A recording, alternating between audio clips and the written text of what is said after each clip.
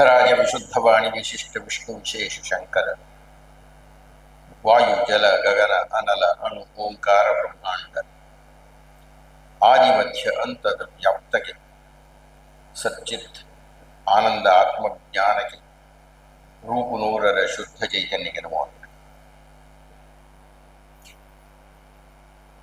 ಕ್ಷೇತ್ರ ಕ್ಷೇತ್ರಜ್ಞ ವಿಭಾಗ ಯೋಗದ 13ನೇ ಅಧ್ಯಾಯದ ಆರಂಭ ಆಗಿದೆ. ಆ ಪ್ರಾರಂಭವೇ ನಮ್ಮ ಮಿತಿಯನ್ನು ನಮಗೆ ಹೇಳ್ತಾ ಇದೆ. ನಮ್ಮ ಇಂದ್ರಿಯಗಳ ವಿಷಯದಲ್ಲಾಗಲಿ,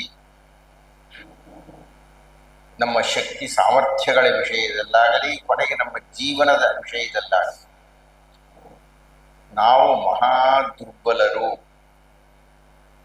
ನಾವು ಮಹಾ ಅಲ್ಪಮತಿಗಳು, ನಮಗೆ ಶಕ್ತಿ ಇಲ್ಲ. ಈ ಪರಮ ಸತ್ಯವನ್ನು ಕೃಷ್ಣ ನಮಗೆ ಹೇಳ್ತಾ ಇದ್ದಾನೆ. 11ನೇ ಅಧ್ಯಾಯದಲ್ಲಿ ಹೇಳಿದಾಗ ನಿಂಗೆ ನೋಡೋಕ್ಕಾಗಲ್ಲ, ನನ್ನನ್ನು ನೋಡಬೇಕಿದ್ದರೆ ನಾನು ನಿನಗೆ ಅನುಗ್ರಹಿಸಬೇಕು, ಆಗ ಮಾತ್ರವೇ ನಿಂಗೆ ನೋಡೋಕ್ಕಾಗದು. ಕಣ್ಣು ನಿನ್ನ ಹತ್ತಿರ ಇರಬಹುದು, ಆದರೆ ನೋಡುವ ಶಕ್ತಿಯನ್ನು ನಾನು ಕೊಡಬೇಕು.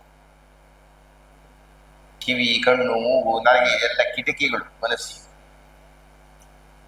ಕಿಟಕಿಗಳಿಂದ ದೃಶ್ಯ ಕಾಣಲ್ಲ. ನೋಡತಕ್ಕಂಥ ಚಿತ್ತ ಶುದ್ಧವಾಗಿದ್ದರೆ ಮಾತ್ರವೇ ದೃಶ್ಯ ಕಿಟಕಿಯಿಂದ ಹೊರಗೆ ಕಾಣೋದು. ಹಾಗೆ ಕಾಣತಕ್ಕಂಥ ದೃಶ್ಯವು ಅತ್ಯಂತ ಮಿತಿಯಾದದ್ದು, ಅತ್ಯಂತ ಅಲ್ಪವಾದದ್ದು, ಅತ್ಯಂತ ಶಕ್ತಿಹೀನವಾದದ್ದು. ಹೀಗಾಗಿ ಒಂದು ಅಂಶ ನಮಗೆ ಮೊದಲು ಸ್ಪಷ್ಟವಾಯಿತು. ನಾವು ಕ್ಷೇತ್ರಗಳಾದರೂ, ನಮ್ಮದೇ ದೇಹವಾದರೂ ನಮಗೆ ನಮ್ಮ ದೇಹದ ಅರಿವು ಇಲ್ಲ. ಸರಿ, ಕೇಳಿಸ್ತಾ ಇದೆಯಾ? ಕೇಳಿಸ್ತಿದೆಯೇನ್ರಿ ಸರಿಯಾಗಿ? ಕೊನೆಯಲ್ಲಿರೋರಿಗೆ ಕ್ಷೇತ್ರ ನಾವು ಇದಂ ಶರೀರಂ ಕೌಂತೆಯ್ಯ ಕ್ಷೇತ್ರೇತ್ಯಭಿಧೀಯತೆ. ಈ ಶರೀರ ಅನ್ನುವುದು ಕ್ಷೇತ್ರ, ಈ ಶರೀರ ಅನ್ನುವುದು ಒಂದು ಗದ್ದೆ, ಈ ಶರೀರ ಅನ್ನುವುದು ಒಂದು ತೋಟ, ಒಂದು ಹೊಲ. ನಮ್ಮ ದೇಹ ನಮ್ಮದು ಕ್ಷೇತ್ರ. ಇದಂ ಶರೀರಂ ಕೌಂತೆಯ್ಯ ಕ್ಷೇತ್ರೇತ್ಯಭಿಧೀಯತೆ. ಏತದ್ಯೋ ವೇತ್ತಿ ತಂ ಪ್ರಾಹುಃ ಕ್ಷೇತ್ರಜ್ಞ ಇತಿ ತದ್ವಿದಃ. ಇದನ್ನು ಯಾರು ಅರ್ಥ ಮಾಡಿಕೊಳ್ಳುತ್ತಾರೋ ಅವನನ್ನ ಕ್ಷೇತ್ರಜ್ಞ ಅಂತ ಕರಿತೀವಿ ಅಂತ ಬುದ್ಧಿವಂತರು ಹೇಳಿದ್ದಾರೆ, ವಿದ್ವಾಂಸರು ಹೇಳಿದ್ದಾರೆ. ಈ ಕ್ಷೇತ್ರವನ್ನ, ಈ ದೇಹವನ್ನ ಯಾರು ಅರ್ಥ ಮಾಡಿಕೊಂಡಿದ್ದಾರೋ ಅವನು ಕ್ಷೇತ್ರಜ್ಞ. ಹೀಗಾಗಿ ನಾವು ಮೊದಲನೇ ಹಂತದಲ್ಲಿ ನಮ್ಮ ದೇಹ ನಮ್ಗೆ ಗೊತ್ತಿದೆ ಅಂತ ಅಂದ್ಕೊಂಡ್ವಿ. ನಮ್ಮ ದೇಹ ನಮ್ಗಲ್ದೆ ಇನ್ಯಾರಿಗೆ ಗೊತ್ತು? ಆದರೆ ಒಂದೊಂದೇ ಹಂತವನ್ನು ಅರ್ಥ ಮಾಡಿಕೊಳ್ಳಲಿಕ್ಕೆ ಹೋದಾಗ ನಮ್ಮ ದೇಹ ನಮಗೆ ಗೊತ್ತಿಲ್ಲ ಅನ್ನುವ ಸತ್ಯ ಅರ್ಥವಾಯಿತು. ತಲೆನೋವು ಬಂದರೆ ಯಾಕೆ ತಲೆನೋವು ಬಂದಿದೆ ಅಂತ ನಮ್ಗೆ ಗೊತ್ತಿಲ್ಲ. ತಲೆ ನಮ್ಮದೇ, ನೋವು ನಮ್ಮದೇ, ನಮಗ್ ಗೊತ್ತಿಲ್ಲ ಯಾಕೆ ತಲೆನೋವು ಬಂತು ಅಂತ. ತಲೆನೋವು ಏಕೆ ಬಂತು, ಅದಕ್ಕೆ ಪರಿಹಾರ ಏನು ಅಂತ ತಲೆನೋವಿಗೆ ವೈದ್ಯ ಹೇಳಬೇಕು. ಅಂದ್ರೆ ನನ್ನ ದೇಹದ ಜ್ಞಾನ ನನಗಿನ್ನ ಮತ್ತೊಬ್ಬರಿಗೆ ಗೊತ್ತಿದೆ. ಆ ವೈದ್ಯನಿಗೆ ಹೊಟ್ಟೆ ನೋವು ಬಂದ್ರೆ ಅದು ಇನ್ನೊಬ್ಬ ವೈದ್ಯರ ಹತ್ರಕ್ಕೆ ಹೋಗ್ಬೇಕು. ಆ ವೈದ್ಯನಿಗೆ ಮತ್ತೇನೋ ಕಾಯಿಲೆ ಬಂದ್ರೆ, ಕಣ್ಣಿನ ಕಾಯಿಲೆ ಬಂದ್ರೆ ಕಣ್ಣಿನ ವೈದ್ಯರ ಹತ್ರಕ್ಕೆ ಹೋಗ್ಬೇಕು. ಹೀಗಾಗಿ ನಮ್ಮ ಪ್ರತಿಯೊಂದು ಅಂಗದ ಬಗ್ಗೆಯೂ ನಮಗೆ ಅರಿವು ಇಲ್ಲ. ಆದ್ದರಿಂದ ನಾವು ಕ್ಷೇತ್ರಜ್ಞರಾಗಲಿಕ್ಕೆ ಸಾಧ್ಯ ಇಲ್ಲ. ಅಂದ್ರೆ ಕ್ಷೇತ್ರವನ್ನು ತಿಳಿದುಕೊಂಡವರಾಗಲಿಕ್ಕೆ ಸಾಧ್ಯ ಇಲ್ಲ. ಇದು ಮೊದಲನೇ ಹಂತದಲ್ಲಿ ನಾವು ಅರ್ಥ ಮಾಡಿಕೊಳ್ಳಬೇಕಾದ. ದೇಹ ನಮ್ಮದು, ಆದರೆ ದೇಹದ ಬಗ್ಗೆ ನಮಗೇನೂ ಗೊತ್ತೇ ಇಲ್ಲ. ಇಲ್ಲಿದೀವಲ್ರಿ, ಯಾರ ಶಂಕರ ನೋಡಿದೀವೇನ್ರಿ? ಶ್ವಾಸಕೋಶ ನೋಡಿದೀವ? ನಮ್ಮ ಶ್ವಾಸಕೋಶವನ್ನು ನಾವು ನೋಡಿದೀವೇನ್ರಿ? ನಮ್ಮ ಅನ್ನನಾಳ ನೋಡಿದೀವ ನಾವು? ಬೇರೆಯವರು ನೋಡ್ಬೋದು ವೈದ್ಯರು, ಆ ವೈದ್ಯರಿಗೆ ತನ್ನ ಅಂತರಾಳ ನೋಡೋಕ್ಕಾಗಲ್ಲ. ಹೀಗಾಗಿ ನಾನು ನನ್ನನ್ನು ಅರ್ಥ ಮಾಡಿಕೊಳ್ಳಲಿಕ್ಕೆ ಸಾಧ್ಯವಿಲ್ಲ ಅನ್ನತಕ್ಕಂಥ ಬಹಳ ದೊಡ್ಡ ಸತ್ಯವನ್ನ ಶ್ರೀಕೃಷ್ಣ ಪ್ರಸ್ತಾವ ಮಾಡುತ್ತೆ. ರಮಣ ಮಹರ್ಷಿಗಳು ಅದನ್ನೇ ಯಾವಾಗಲೂ ಹೇಳ್ತಾ ಇದ್ರು. ನಾನು ಯಾರು, ನಾನು ಯಾರು, ನಾನು ಯಾರು. ಇದಾದ ಮೇಲೆ ಬಹಳ ದೊಡ್ಡದೊಂದು ಹೇಳಿಕೆ ಕೊಟ್ಬಿಟ್ಟ ಕೃಷ್ಣ. ಕ್ಷೇತ್ರಜ್ಞಂಚಾಪಿ ಮಾಂ ವಿದ್ಧಿ, ತಿಳ್ಕೋ ವಿದ್ಧಿ, ನಾನು ಕ್ಷೇತ್ರಜ್ಞ. ಬರೀ ನಿಮಗಲ್ರಿ, ಕ್ಷೇತ್ರಜ್ಞಂಚಾಪಿ ಮಾಂ ವಿದ್ಧಿ ಸರ್ವಕ್ಷೇತ್ರೇಷು ಭಾರತ. ಬರೀ 140 ಕೋಟಿ ಪ್ರಜೆಗಳಲ್ಲ, ಇಲ್ಲಿರಬಹುದಾದಂತಹ ಜಂತುಗಳು, ಖಗ ಮೃಗಗಳು, ಕಾಡಿನಲ್ಲಿರಬಹುದಂತಹ ಗಿಡಮರವಳ್ಳಿಗಳು ಎಲ್ಲವೂ ಸರ್ವಭೂತೇಶು ಭಾರತ. ಯಾವ ಭೂತ ಅಂದ್ರೆ ಅರ್ಥ ಜೀವಿ ಅಂತ. ಜೀವ ಇರತಕ್ಕ ಯಾವ ಯಾವುದು ಇದೆಯೋ ಎಲ್ಲದರ ಕ್ಷೇತ್ರಜ್ಞ ನಾನು, ನನಗೆ ಎಲ್ಲದರ ವಿಷಯವೂ ಗೊತ್ತಿದೆ. ಜ್ಞಾನ ಅಂದ್ರೆ ತಿಳ್ಕೊಂಡದ್ದು, ಜ್ಞಾನ ಅಂತ. ಕ್ಷೇತ್ರಜ್ಞ, ಕ್ಷೇತ್ರದ ಸ್ಥಿತಿಯನ್ನು, ಕ್ಷೇತ್ರದ ಜ್ಞಾನವನ್ನು ಗೊತ್ತಿರುವಾಗ. ನಮ್ಮದು ಕ್ಷೇತ್ರ, ಕ್ಷೇತ್ರದ ವಿಷಯ ನಮಗೆ ಗೊತ್ತಿಲ್ಲ. ನಮ್ಮೆಲ್ಲರ ಕ್ಷೇತ್ರಗಳ ವಿಷಯ ಶ್ರೀಕೃಷ್ಣನಿಗೆ ಗೊತ್ತಿದೆ. ಬರೀ ನಮ್ಮದಷ್ಟೇ ಅಲ್ಲ, ಎಲ್ಲ ಜೀವಿಗಳ ವಿಷಯವೂ ಅವನಿಗೆ ಗೊತ್ತಿದೆ. ಈ 3 ಹಂತದಲ್ಲಿ ನಮ್ಮ ಮಿತಿ ಏನು, ಅಮಿತವಾದ ದೈವಶಕ್ತಿ ಏನು ಅನ್ನತಕ್ಕಂಥದ್ದನ್ನ ದಾಖಲು ಮಾಡಿ. ಇದಕ್ಕೆ ಆಧಾರ ಏನೇ ಇದೆ? ಕೃಷ್ಣ ಈ ಮಾತುಗಳನ್ನು ಹೇಳಬೇಕಾಗಿದ್ರೆ ನಾನು ಹೀಗೆ ಹೇಳಲಿಕ್ಕೆ ಏನು ಆಧಾರ ಇದೆ ಅಂತ ಅದನ್ನೇ ಪ್ರಶ್ನೆ ಮಾಡ್ಕೊಂಡು ಉತ್ತರ ಕೊಡ್ತಾನೆ. ಬಹಳ ಸೂಚ್ಯವಾದ ಒಂದು ಶ್ಲೋಕ ಹೇಳ್ತಾನೆ. ಈ ಹೊತ್ತು ನಾವು ಅದನ್ನು ಬಹಳ ತೀಕ್ಷ್ಣವಾಗಿ ಅರ್ಥ ಮಾಡಿಕೊಳ್ಳಬೇಕು. 13ನೇ ಅಧ್ಯಾಯದಲ್ಲಿ ಇರುವ ಅನೇಕ ಸಂಗತಿಗಳಲ್ಲಿ ನಾವು ವಿಸ್ತಾರವಾಗಿ ಅರ್ಥ ಮಾಡಿಕೊಳ್ಳಬೇಕಾದದ್ದು ಕೃಷ್ಣ ಹೇಳಿದ ಒಂದು ಸೂಚನೆ.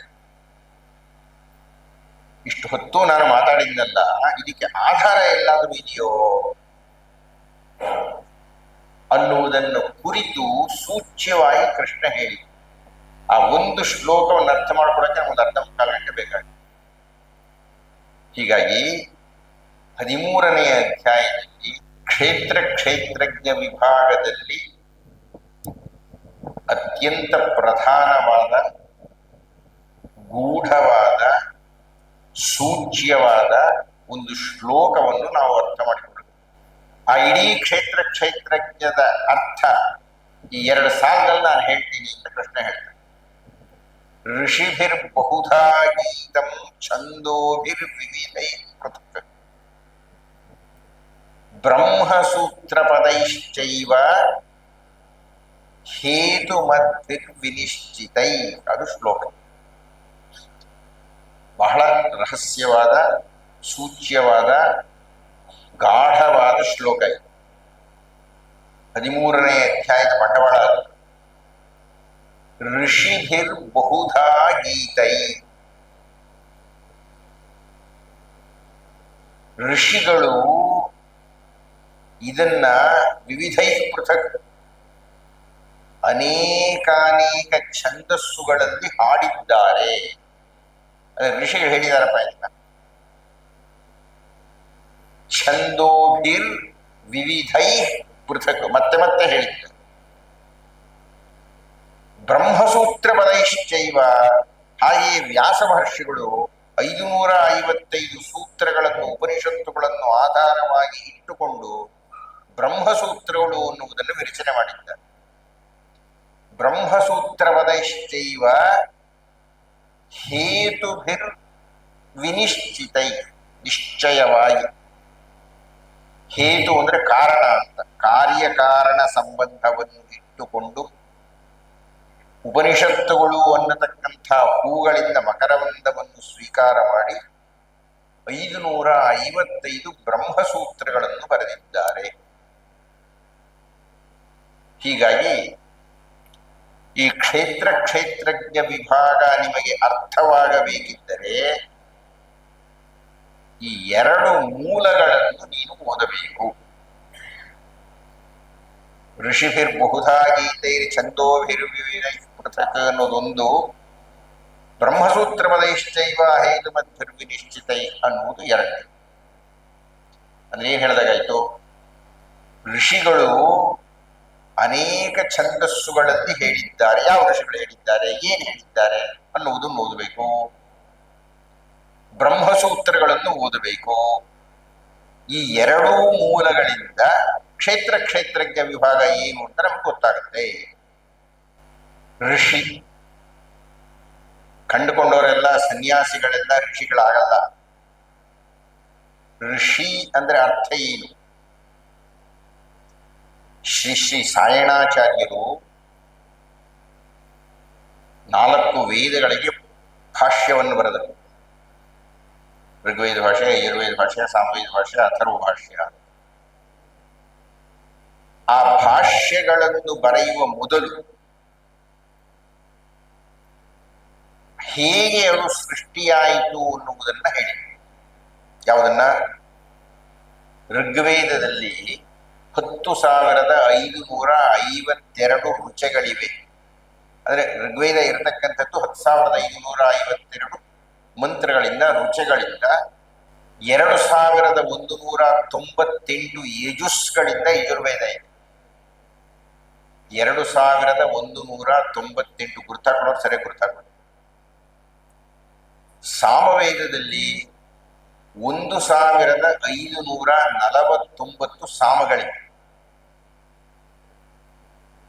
ಸಾಮವೇದದಲ್ಲಿ 1,549 ಸಾಮಗಳು.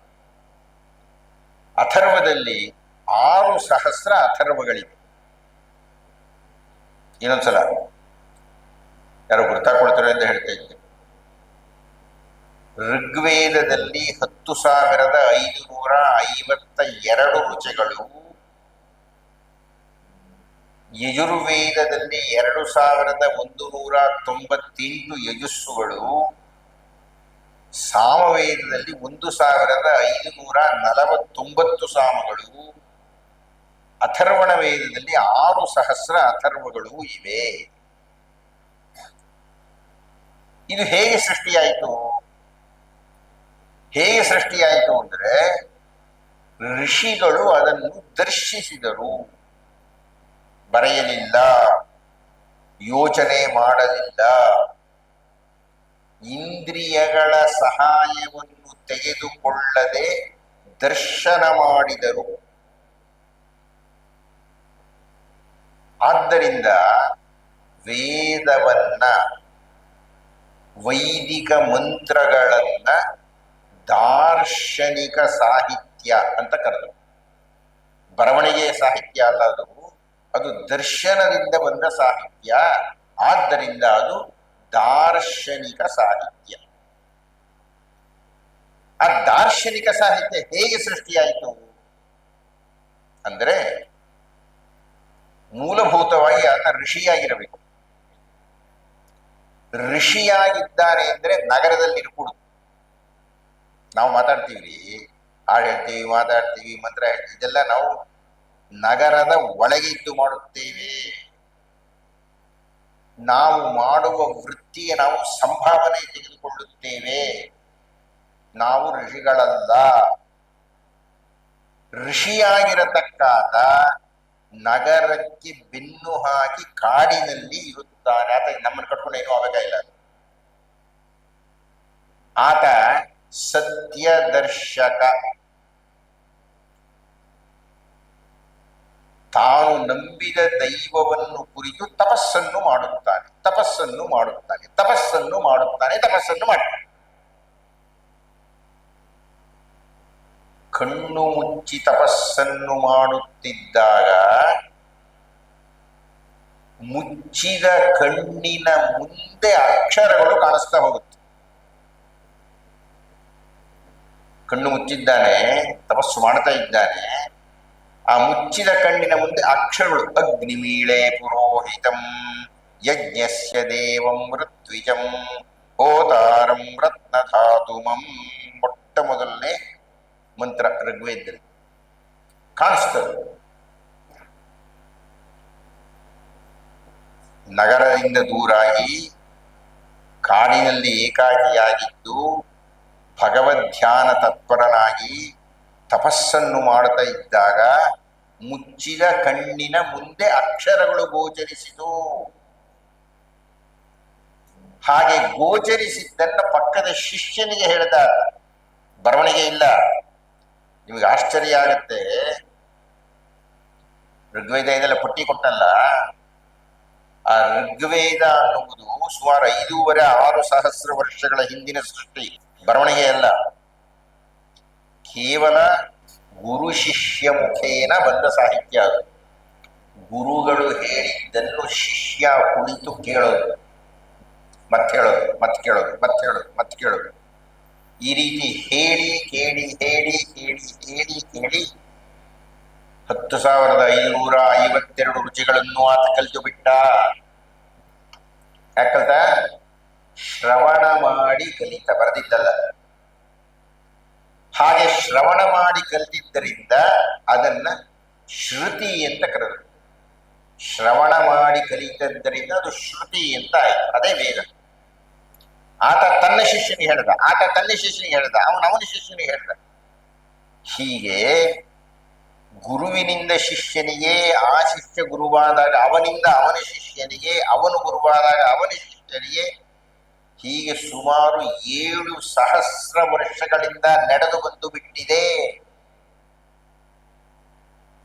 ಋಗ್ವೇದ ಅನ್ನತಕ್ಕಂಥದ್ದು ಮೊಟ್ಟ ಮೊದಲ ಬಾರಿಗೆ ಕನ್ನಡದಲ್ಲಿ ಮುದ್ರಣವಾಗಿದ್ದು ಜಯಚಾಮರಾಜೇಂದ್ರ ಒಡೆಯರವರು ಇದ್ದಾಗ 1947ನೇ ಇಸವಿಯಲ್ಲಿ HP ವೆಂಕಟರಾವ್ ಅನ್ನತಕ್ಕಂಥ ಒಬ್ಬರು ಅದನ್ನು ಅನುವಾದ ಮಾಡಿದರು. ಆ ಋಗ್ವೇದದ ಮಂತ್ರಗಳು, ಅದರ ವ್ಯಾಖ್ಯಾನ, ಅದರ ಅರ್ಥ, ಅದರ ವಿವರಣೆ, ಎಲ್ಲೆಲ್ಲಿ ವ್ಯುತ್ಪತ್ತಿ ಎನ್ನತಕ್ಕಂಥದ್ದು, ಇದನ್ನೆಲ್ಲ ಮುದ್ರಣ ಮಾಡಲಿಕ್ಕೆ, ಒಂದು ಋಗ್ವೇದವನ್ನು ಮುದ್ರಣ ಮಾಡಲಿಕ್ಕೆ 26 ವರ್ಷಗಳು ಬೇಕಾಯಿತು. ಇಷ್ಟಿದೆ ಋಗ್ವೇದದ ಸಂಪುಟಗಳು. ನಮ್ಮ ಮನೆಯಲ್ಲಿದೆ, ಸುಮಾರು 34 ಸಂಪುಟಗಳಿದೆ. ಇಷ್ಟನ್ನ ಈಗ ಪುಸ್ತಕ ಇದೆ ನಿಮಗೆ. 7,000 ವರ್ಷಗಳಿಂದ ಕೇವಲ ಸ್ಮೃತಿಯಲ್ಲಿ ಧಾರಣೆ ಮಾಡ್ಕೊಂಡು ಬಂದ್ಬಿಟ್ರು. ಅದಕ್ಕೆ ಸಾಯಣಾಚಾರ್ಯರು ಭಾಷ್ಯವನ್ನು ಬರೆದರು. ಆ ಸಾಯಣಾಚಾರ್ಯರ ಭಾಷ್ಯವನ್ನೇ HP ವೆಂಕಟರಾಯರಿಂದ ಜಯಚಾಮರಾಜೇಂದ್ರ ಒಡೆಯರವರು ಮುದ್ರಣ ಮಾಡಿಸಿ. ಆಗ ಸಾಯಣಾಚಾರ್ಯರು ಬರೀತಾರೆ, ಋಷಿ ಅಂದ್ರೆ ಅರ್ಥ ಏನಪ್ಪ ಅಂದ್ರೆ ಅತೀಂದ್ರಿಯತ್ವ ಪರಮೇಶ್ವರಾನುಗ್ರಹೇಣ ಪ್ರಥಮತೋ ದರ್ಶನಾತ್ ಋಷಿತ್ವಂ. ಅತೀಂದ್ರಿಯತ್ವ, ಇಂದ್ರಿಯಗಳ ಸಹಾಯ ಇಲ್ಲದೆ, ಅತೀಂದ್ರಿಯತ್ವ ಪರಮೇಶ್ವರಾನುಗ್ರಹೇಣ, ಪರಮೇಶ್ವರನ ಅನುಗ್ರಹದಿಂದ ಮಾತ್ರವೇ.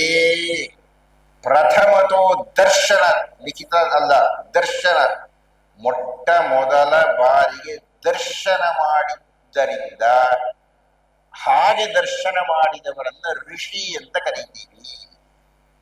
ಕೃಷ್ಣ ಹೇಳ್ತಾ ಇದ್ದಾನೆ, ಋಷಿಭಿರ್ ಬಹುಧಾ ಗೀತಂ. ಇಂತಹ ಋಷಿಗಳಿಂದ 4 ವೇದಗಳಲ್ಲಿ ಇದರ ಬಗ್ಗೆ ಚಿಂತನೆ ನಡೆದಿದೆ. ಅಲ್ಲಿಂದ ನೀನು ಅರ್ಥ ಮಾಡ್ಕೋಬೇಕಯ್ಯ, ಕ್ಷೇತ್ರಜ್ಞ ಅಂದ್ರೆ ಏನು ಅಂತ. ಅರ್ಜುನ ಅವರು ಅನೇಕ ಛಂದಸ್ಸುಗಳಲ್ಲಿ ಹಾಡಿದ್ದಾರೆ. ಛಂದೋಭಿರ್ ವಿವಿಧೈ ಪೃಥಕ್, ಮತ್ತೆ ಮತ್ತೆ ಹೇಳಿದ್ದಾರೆ. ಗಾಯತ್ರಿ ಇರಬಹುದು, ಪ್ರಗತಿ ಇರಬಹುದು, ಜಗತಿ ಇರಬಹುದು, ಪಂಕ್ತಿ ಇರಬಹುದು, ಶ್ಲೋಕ ಇರಬಹುದು. ಹೀಗೆ ಅನೇಕಾನೇಕ ಛಂದಸ್ಸುಗಳಿಂದ ದಾರ್ಶನಿಕರ ಎಲ್ಲ ಅರ್ಥ ಆಗ್ತಾ ಇದೆಯೇನ್ರಿ? ಬಹಳ ಕಷ್ಟ ವಿಷಯ ಇದು. ಚೂರು ತಪ್ಪಿದ್ರೆ ಅರ್ಥ ಆಗೋದಿಲ್ಲ. ನೆನ್ನೆನೆ ಹೇಳಿದೀನಿ, 13ನೇ ಅಧ್ಯಾಯವನ್ನ ಬಹಳ ತಪಸ್ಸಿನಿಂದ ಗ್ರಹಿಸಬೇಕು. ಒಂದೊಂದು ಪದವನ್ನು ಹೆಕ್ಕಿ ತಗೋಬೇಕು. ಅಷ್ಟು ಕಷ್ಟ ಇದೆ. ಋಷಿಭಿರ್ಬಹುಧಾ ಗೀತಂ. ಸುಮಾರೊಂದು 50-60 ಋಷಿಗಳು ಬರ್ತಾರೆ ಋಗ್ವೇದ. ಯಜುರ್ವೇದದಲ್ಲಿ ಒಂದಷ್ಟು ಬರ್ತಾರೆ. ಮೊಟ್ಟ ಮೊದಲನೇದು ಋಗ್ವೇದ ಅಂತ ಬಹಳ ವಿಸ್ತಾರವಾಗಿರ್ತಕ್ಕಂಥದ್ದು, 10,000 ಚಿಲ್ಲರೆ ರುಚಿಗಳಿರತಕ್ಕಂಥದ್ದು. ಅದರಲ್ಲಿ ಅವರು ಹೇಳಿದಾರಪ್ಪ, ಕ್ಷೇತ್ರಜ್ಞ ಅಂದ್ರೆ ಅರ್ಥ ಏನು ಅಂತ ಹೇಳಿದ್ದಾರೆ. ಈಗ ನಾವು 1552 2100 ನೋಡೋಕ್ಕಾಗತ್ತೆ? ಸಾಧ್ಯ ಇಲ್ಲ. ಆದ್ದರಿಂದ ಯಾವ್ದಾದ್ರು 1-2 ಮಾತ್ರ, 1, 2, 3 ಸೂಚ್ಯವಾಗಿ ಎಲ್ಲಿ ಹೇಳಿದ್ದಾರೆ, ಏನು ಹೇಳಿದ್ದಾರೆ ಅನ್ನುವುದಷ್ಟನ್ನು ನೋಡ್ಲಿಕ್ಕೆ ಪ್ರಯತ್ನ ಪಡೋಣ. ಒಂದನೆಯದು ಕಠೋಪನಿಷತ್. ಪ್ರತಿಯೊಂದು ವೇದಕ್ಕೂ ವೇದಾಂತದಲ್ಲಿ ಅಂದರೆ ಕೊನೆಯ ಭಾಗದಲ್ಲಿ ಉಪನಿಷತ್ ಬರುತ್ತೆ.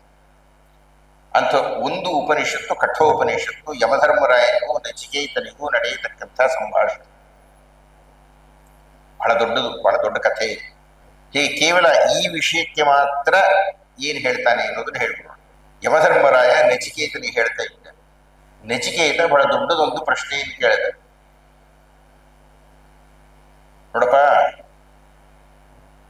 ಜನರಲ್ಲಿ ಒಂದು ಸಂದೇಹ ಇತ್ತು. ಒಂದು 3 ಪ್ರಶ್ನೆ ಇತ್ತು, 2 ಪ್ರಶ್ನೆ ಬರೋಣ, ಕೊನೆಯ ಪ್ರಶ್ನೆ ಬರೋಣ. ಜನರಲ್ಲಿ ಏನು ಸಂದೇಹ ಇದೆ ಅಂದರೆ, ಸತ್ತು ಹೋದ ಮೇಲೆ ಏನಾದರೂ ಇರುತ್ತಾ ಅಥವಾ ಮುಕ್ತಾಯ ಆಗೋಯ್ತು, ಸುಡಾಕ್ಬಿಡ್ತೀವಿ, ಕೂತಾಕ್ಬಿಡ್ತೀವಿ. ಸುಟ್ಟು ಹಾಕುತ್ತಿದ್ದಂತೆಯೇ ಮುಕ್ತಾಯವಾಯಿತೋ ಅಥವಾ ನೆಲದಲ್ಲಿ ಹೂತು ಹಾಕುತ್ತಿದ್ದಂತೆಯೇ ಮುಕ್ತಾಯವಾಯಿತೋ ಅಥವಾ ಅದಾದ್ಮೇಲೂ ಏನಾದರೂ ಇದೆಯೋ?